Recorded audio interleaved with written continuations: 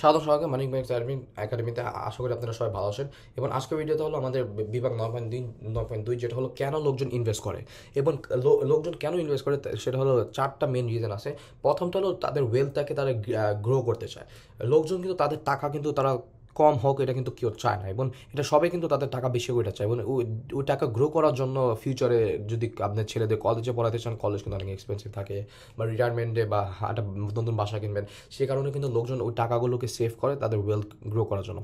আরেকটা হলো মুদ্রাস্ফীতি। মুদ্রাস্ফীতি কিন্তু টাকার ভ্যালুকে কমায় দেয়, যে কারণে লোকজন ওই মুদ্রাস্ফীতি কে মানে ডিফিট করার জন্য তারা কিন্তু ইনভেস্ট করে, যেন ওই টাকার ভ্যালুটা কমে না যায়, ইনস্টেড সেম লেভেলে থাকে বা বেড়ে যায়। এবং আরেকটা হলো জেনারেটিং ইনকাম। অনেক ইনভেস্টমেন্ট আছে যেগুলো ডিভিডেন্ড স্টক বলা হয়, যেগুলো কিন্তু আপনাকে মাস শেষে না, মানে প্রতি 6 মাস পর পর বা প্রতি 3 মাস পর আপনাকে ডিভিডেন্ড দেয়, যেটা হলো রিটার্ন অন ইনভেস্টমেন্ট এক প্রকার। বা রিয়েল এস্টেটে কিন্তু আপনার কিন্তু ভালো ভালো টাকা অনেকে ইনকাম করে, কারণ হলো তারা হলো পায়, মানে ভাড়া পায় তাদের এদের কাছ থেকে, ভাড়াটাদের কাছ থেকে। এবং এটা কিন্তু জেনারেটিং ইনকাম, যে কারণে লোকজন ইনভেস্ট করে। আর শেষ রিজন কেন লোকজন ইনভেস্ট করে সেটা হলো তাদের ফাইন্যান্সিয়াল ইন্ডিপেন্ডেন্সের জন্য।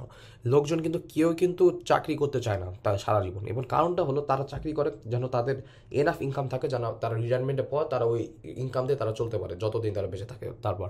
এবং অনেকেই কিন্তু 40 বছর কিন্তু রিটায়ার করে ফেলে, এবং তার কারণটা হলো তাদের কিন্তু অনেক ইনকাম করে ফেলে, যেমন 10 মিলিয়ন 15 মিলিয়ন ডলার, যেটা দিয়ে তারা হলো তাদের রেস্ট অফ দ্য লাইফ তারা হলো রিলেটিভলি কমফোর্টেবলি তারা থাকতে পারবেন।